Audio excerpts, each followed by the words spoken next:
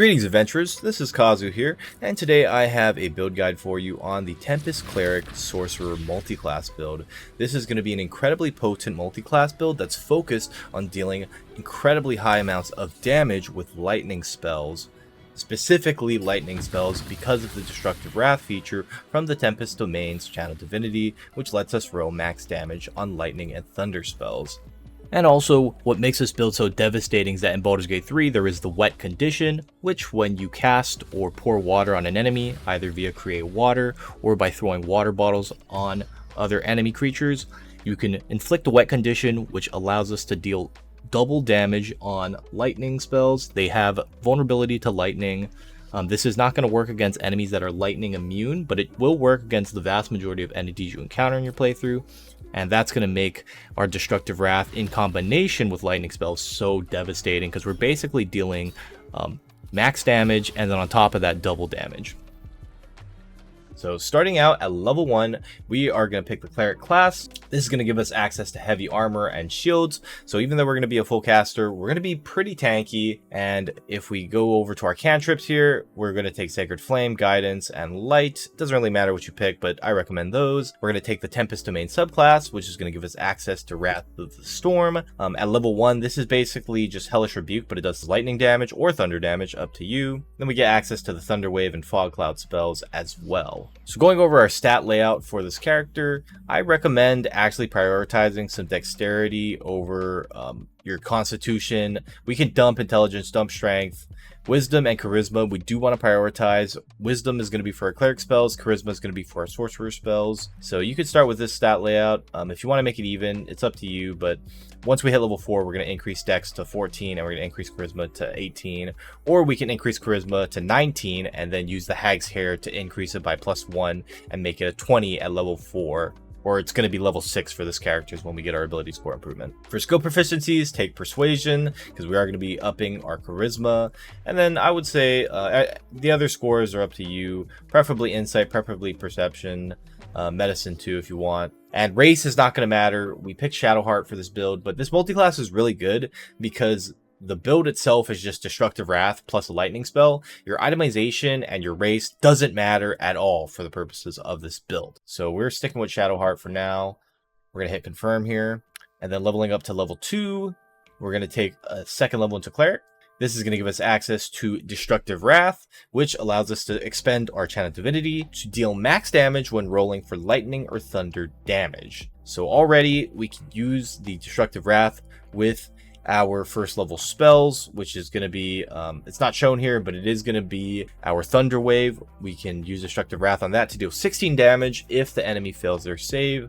Alright, so once you unlock a Destructive Wrath, you can press K if you're playing on PC, open up your Spells tab, go to the Reactions tab, and then select Destructive Wrath. Make sure that this is checkmarked and the Ask is also checkmarked. That way it will prompt you whenever you deal thunder or lightning damage if you want to use your Channel Divinity feature to deal max damage rather than rolling. So once you have that ready to go, you can cast a thunder or lightning spell. In this case, we're going to use Thunder Wave because that's all we have as a level 2 cleric. It will be at first level.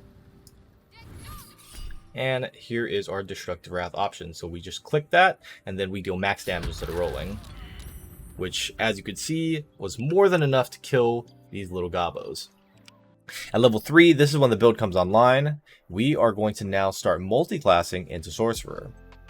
So you're going to hit the little add class button here, pick Sorcerer, and at this point we're going to have access to new cantrips, new spells. Make sure to take Chromatic Orb. Everything else doesn't matter, just make sure to take Chromatic Orb because this is going to be our main lightning spell at early levels. You could use Witch Bolt for consistent damage over time, but we want Chromatic Orb because we're focusing on burst Nova damage. For our subclass, I recommend Storm Sorcery for the Tempestuous Magic feature.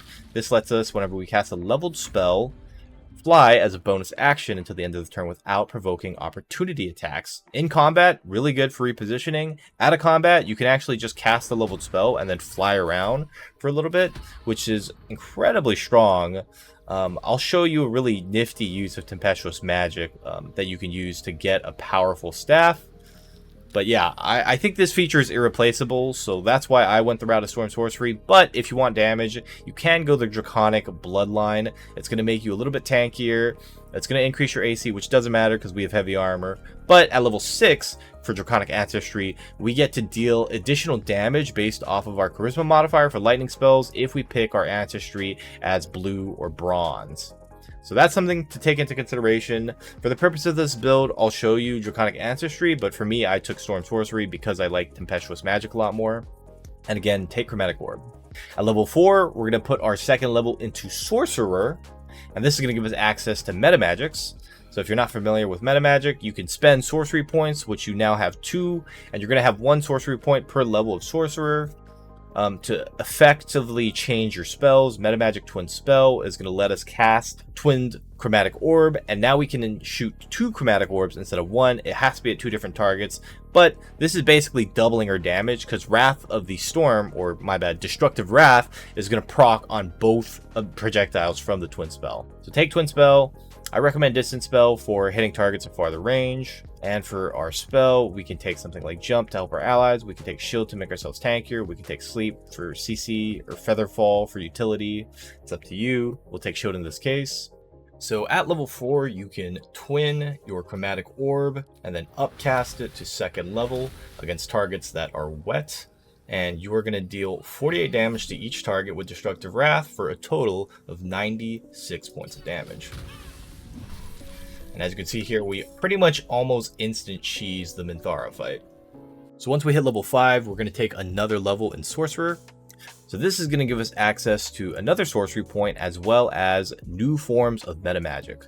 So here we can either take Quicken Spell so that we can cast 2 spells at once or over the course of 1 turn. We're going to cast a spell that costs an action and then cast another spell that costs an action as a bonus action. It's going to cost 3 sorcery points, which is all our sorcery points at this level, but it is very powerful again for dealing burst damage and killing enemies as quickly as possible. You can take Heighten Spell if you want to make your lightning bolt spells, which we're going to get at 7th level, be more effective. The enemies are going to have to do their saving throws, but with disadvantage. So it's up to you. I took Quicken Spell, and at level 2, or we're going to have our 3rd level spells for Sorcerer, so we're going to take Shatter here. We can upcast Shatter to 3rd level at this point because we have 5 total levels in full spellcasters, and that's going to deal 48 thunder damage to targets within a 10-foot radius circle. That's going to be a total of 32 points of damage to everyone that fails the con save within the circle, so pretty decent. We can also replace a spell if we want and add in another 2nd level spell such as Misty Step, Invisibility, Hold Person. Those are all going to be great options here. And then at level 6, we get another level into Sorcerer. We're going to at this point unlock our ability to score improvements. There are options for feats. Elemental Adept would normally be pretty useful for a build specifically focused on dealing elemental damage, but because we're going to be abusing the wet condition, which has no save, and it automatically makes enemies vulnerable to lightning damage unless they're immune to it, there's no point in taking Elemental Adept. Everything else is going to be pretty useless here, so we're going to go for ability score improvement, put 1 up into Dex and 1 up into Charisma, unless of course you have the Hag's Hair, which is going to give you +1 to Charisma, so you can max Charisma at 20 at this point if you just put 2 points into it. For spells, up to you. I will take Hold Person here. For cantrips, we are going to take Dancing Lights. Here we go. At level 7, this is where the build again hits a little power spike because we are now going to have access to 3rd level sorcerer spells, which means we get Lightning Bolt. This spell does 86 lightning damage to targets in a 30-meter line. It is surprisingly very far range and wide enough that you can actually hit multiple targets who are next to each other. And this is going to be pretty much our go-to spell for AoE damage. There are going to be some pretty useful synergies later on where you can pull enemies together into tight clusters and then hit them with a lightning bolt to hit, 8 to 10 enemies at once, dealing a shit ton of damage because of Destructive Wrath, maxing it out. At level 7, where we have 5 levels of Sorcerer, we can upcast Lightning Bolt to 4th level, so it's going to deal 96 lightning damage, which is 54 damage. And if we double that because the enemies are wet, if they fail the Dex save against the Lightning Bolt, they're going to take a total of 108 points of damage, which is quite strong at level 7. And of course, we can also Quicken Spell to cast Lightning Bolt again and deal another if we use a 4th level spell slot, 108 damage. If they fail to save, it's not going to be max damage, so you are going to have to roll for the second lightning bolt because we only get 1 destructive wrath, 1 channel divinity per rest. For our next level, we're going to be going into Sorcerer level 6. This is going to give us access to elemental affinity damage, which means that when we cast lightning spells, we're going to get to add our charisma modifier to the damage because we chose blue or bronze as our ancestry. So that's going to give us, if the target's wet, an additional 10 damage on hit, which is very nice. And at this point, we can take another 3rd level spell. I recommend haste, actually, because you can twin haste to buff 2 allies and haste them. Incredibly powerful. If you do this, you do have to make sure to keep your character in the back to kind of stay away from being hit by a lot of enemies. If you want proficiency and constitution saves for concentration checks, you can actually start the 1st level in Sorcerer instead of Cleric. Otherwise, I would just say stay at the back. Your AC is high enough that you should avoid getting hit most of the time anyways, and you can cast shield on yourself to avoid getting hit. So that'll be a pretty good way to maintain concentration on haste if you want to do that. You could also take counterspell. That's going to be really useful, or any of the other 3rd level spells. Level 9 is where we get 7th level into Sorcerer, or we have the choice of just dumping the rest of our levels into Cleric and going 6 Cleric, 6 Sorcerer. That choice is going to be up to you. It really depends on whether or not you want access to the 4th level and 5th level Sorcerer spells, which are really strong. So I recommend going full Sorcerer, 2 levels of Tempest Cleric, and then a full 10 levels into Sorcerer, either Storm Sorcerer or Draconic Ancestry Sorcerer. It's entirely up to you. If we go 6 levels into Tempest Cleric, I am going to show you, it's like we get 2 channel divinities, which means we can actually Destructive Wrath, Lightning Bolt, and then Quicken Spell, Destructive Wrath, Lightning Bolt again. That's going to be a good amount of damage. Upcasting our Lightning Bolts and hitting a large cluster of enemies, it will deal a pretty insane amount of damage, to be honest. But, of course, if we go the Storm Sorcerer route, if we focus our levels into Sorcerer, we have access to some really strong spells that I'm going to show in just a second. So having access to 4th level spells, we get spells like Banish, we can just straight up remove a target temporarily. We have greater invisibility to allow us to just cast our spells and be very defensive. Enemy attacks are going to come in with disadvantage. We get advantage on our attacks, so our chromatic orbs are easier to hit. We have Polymorph to just turn somebody into a sheep. We have Ice Storm and Wall of Fire for better forms of AoE and control. We have Dimension Door to teleport ourselves and a friend all the way across the map. So like really powerful spells at level 4. These spell effects are going to be difficult to replace with anything you could get on the Cleric spell list or the existing Sorcerer spell list prior to level 7 in Sorcerer. So it's really up to you if you want to make that call. I recommend going the route of Sorcerer. So here we're going to take greater invisibility, and we're going to level up and get level 8 into our Sorcerer. Once our character is level 10, this is going to give us another ability score improvement. So at this point, you can max out Charisma, or if it's already maxed out, you can put more points into Dexterity, which I recommend so that you can be higher in the initiative order. Again, we get another 4th level spell. So here we'll take Dimension Door, which actually helps out a lot in Act 3. And surprisingly, you're going to see some really niche uses for Dimension Door, both in Act 2 and in Act 3, where you can get across the battlefield to cheese your opponents, or you can navigate around to get around puzzles and other sort of difficult encounters. At level 11, we're going to finally have access to 6 level spell slots. We're not going to have access to 6 level spells, but that's okay because we can upcast our existing spells. So for those of you who might argue, well, you should take 11 levels of Sorcerer and just 1 level of Tempest Cleric so that you can have Chain Lightning. There is a legendary staff which lets you cast Chain Lightning regardless of whether or not you know that spell. So we really don't care about how we arrange this multi-class, because as long as we have 6 level spell slots, or as long as we have our sorcery points, we can actually twin a Chain Lightning using this legendary staff that I'm going to show later on into the video. Now, for 5th level spells, though, we do get access to Hold Monster. Hold Monster is really freaking strong. You can paralyze any creature. It doesn't matter what it is. If it fails to save, it gets paralyzed. So melee attacks come in with advantage, and they crit.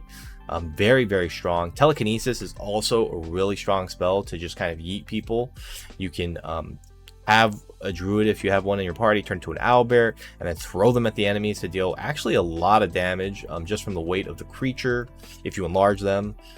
You have Dominate Person, which is super strong. You have Cone of Code for a nice AoE spell. So 5th level spells are going to be high impact spells that, again, their spell effects are irreplaceable compared to everything else in your current existing spell list. So we're going to take a whole monster here, and we're going to cap out the build at level 12 with our 10th level into Sorcerer. That's going to give us access to yet another cantrip, which we don't really care about. Yet another 5th level spell, which in this case I would recommend taking Dominate Person for control. And we can also take another meta magic. So if you took Quicken Spell, take Hidden Spell. If you took Hidden Spell, take Quicken Spell. Having both of these really useful. Both of them are just 3 sorcery points. So at level 10, the main benefit of putting sorcerer levels up rather than the cleric levels is you're going to get more sorcery points. So we can actually either convert our sorcery points into additional high level spell slots, or we can use it for Hidden Spell and Quicken Spell to make our spells far more effective. So at level 12, you're going to be able to upcast Lightning Bolt to 6th level, and you can heighten it to make it so that the enemies have disadvantage on their dex saves for the spell. So if we use our Lightning Bolt and we upcast it to 6th level, this is going to deal 11d6 damage, which if we max it out is going to be 66 points of damage against targets that are wet. We're going to multiply that by 2, and we're going to deal 132 points of damage on each target hit by the Lightning Bolt spell.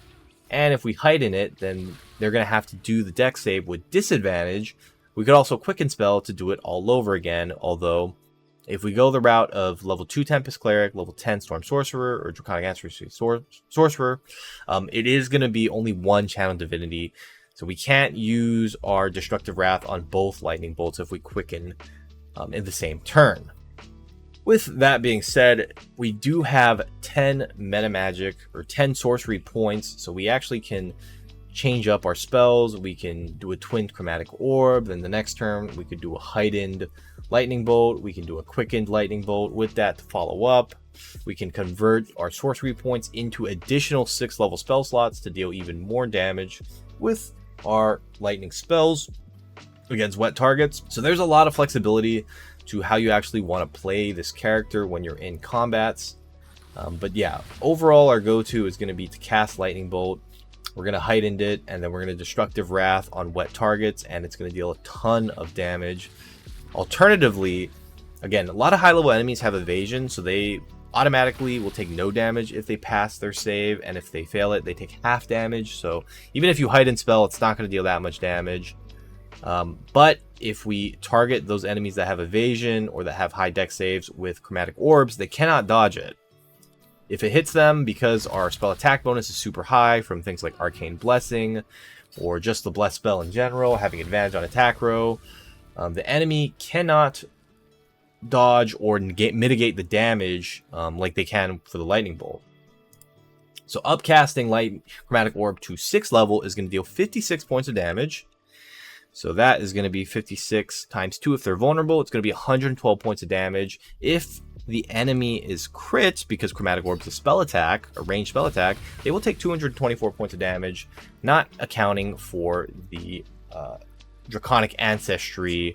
We have here the Elemental Affinity damage, which is going to give us plus 5 damage to our lightning spells. If we crit, it's going to be plus 10 damage.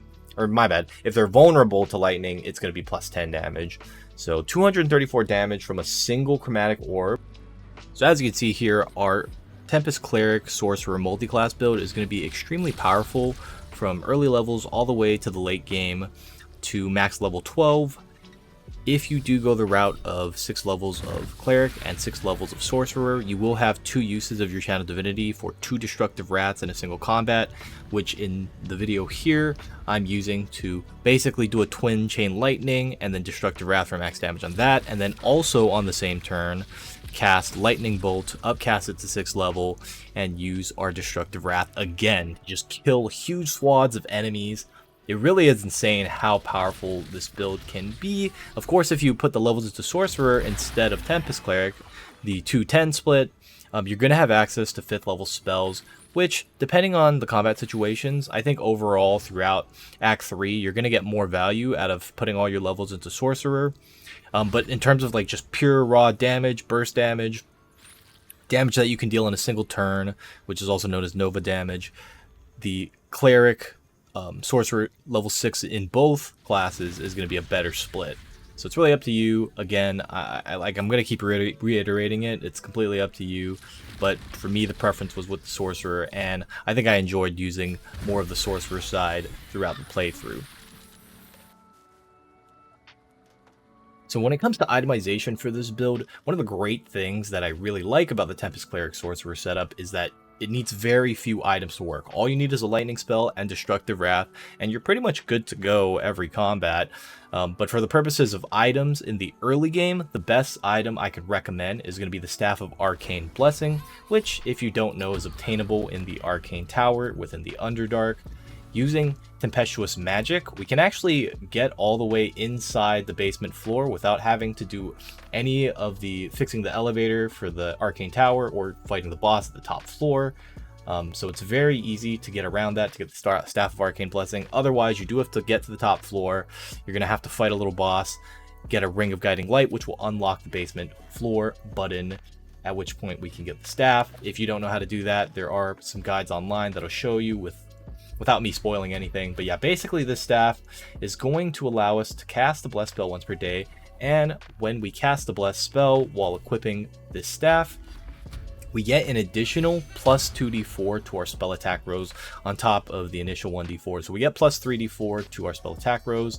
This is going to make landing Chromatic Orb super easy, especially within Act 1, within Act 2. You're going to have no trouble at all landing your Chromatic Orbs on the priority targets that you have already wedded and need to deal burst damage to kill. So this is a really strong item that you can get relatively early on into Act 1, especially if you have Storm Sorcery and Tempestuous Magic to just kind of fly around and get inside. You could do it with a Druid too, who can turn into a Dire Raven or anything similar to that effect. Alright, so without spoiling too much of Act 3, there is going to be a legendary staff that you can acquire in Loricon's vault or at the bottom of his tower. It is a staff called Markoheshkir, as you can see here, and it is going to be protected by an arcane barrier. If you want to see how to actually get to this location, there's going to be guides that you can find online for that, so you can just look it up. But to get access through this arcane barrier, you are going to have to need a character with see invisibility. You can either have the eye to do that, or you can cast a spell, and you're going to see these two lever here. You're going to have to pull the lever, which is going to be an intelligence check, DC 20. So if you don't have an intelligence-based character, it can be a very difficult check to make. You might have to reload a save or burn all your inspiration points. But once you pass that DC 20 check, you are going to be able to break this arcane barrier and gain access to the item. So once you pass the DC 20 check to break the arcane barrier, you can go ahead and acquire the staff. Just pick it up. As you can see here, we have Markoheshkir, which has the Arcane Enchantment. I'm probably butchering the name, by the way, but whatever.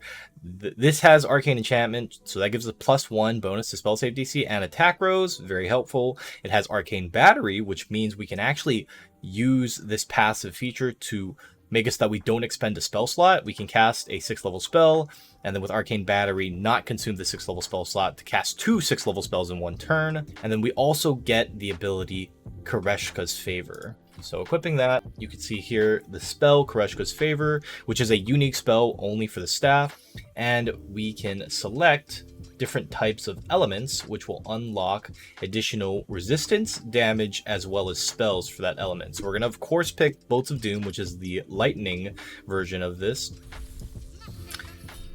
And upon casting the spell, you can see here we are crackling with Koreshka's Lightning. This unlocks for us the Chain Lightning spell regardless of our spell list and level. So just with having this legendary staff, your character can now cast Chain Lightning. You could just play as a full Tempest Cleric, and then once you get this staff, still be able to cast Chain Lightning, still be able to deal max damage, still be able to wet targets, blast them, and blow them up into smithereens. You also do get a casting of Lightning Bolt as well, which is pretty nice. it is once per rest, so it's actually not that bad. Once per rest of both Chain Lightning and Lightning Bolt. Very powerful staff. This thing is absolutely busted. I haven't even talked about its feature, which allows us to have resistance to lightning damage. It also lets us deal additional damage equal to our proficiency bonus, and we acquire lightning charges whenever we deal spell damage. So it's just a really strong tool to have for late game. Definitely recommend you pick up this item once you are in Act 3. And again, if you don't know the location of it, you can find guides for that online. I'm not going to go into a full detail here because it is a little bit difficult to acquire. You have to maneuver around Loricon's tower. But yeah, that's a really good item to have for Act 3. Alright, so that's going to pretty much be it for the video. That was the complete guide to how to do the Tempest Cleric Sorcerer Multiclass. You can go for Storm Sorcery if you want Tempestuous Magic. You can go for Draconic Ancestry Sorcerer if you want to have a little bit of extra damage after level 6. And you can go Wild Magic Sorcerer if you just want to have some fun with Wild Magic Surges. And Tides of Chaos for advantage on ability checks, attack rolls, and saving throws once per Wild Magic Surge, basically. I have used this build pretty much throughout my entire playthrough of Baldur's Gate 3. I did beat the game a week ago, but I haven't been working on too many videos. I've been pretty busy lately. So I do want to get to a few more build videos, specifically with like Sorkadin and stuff. But since this was initially one of my most popular videos on the Tempest Cleric Sorcerer, I figured, you know, I should make the build guide for this first. And it is absolutely a monster of a multi-class for damage. It's crazy how strong this build is. I don't think if you play this in D&D 5e, it will be as strong because it's so easy to line up and stack enemies in Baldur's Gate 3.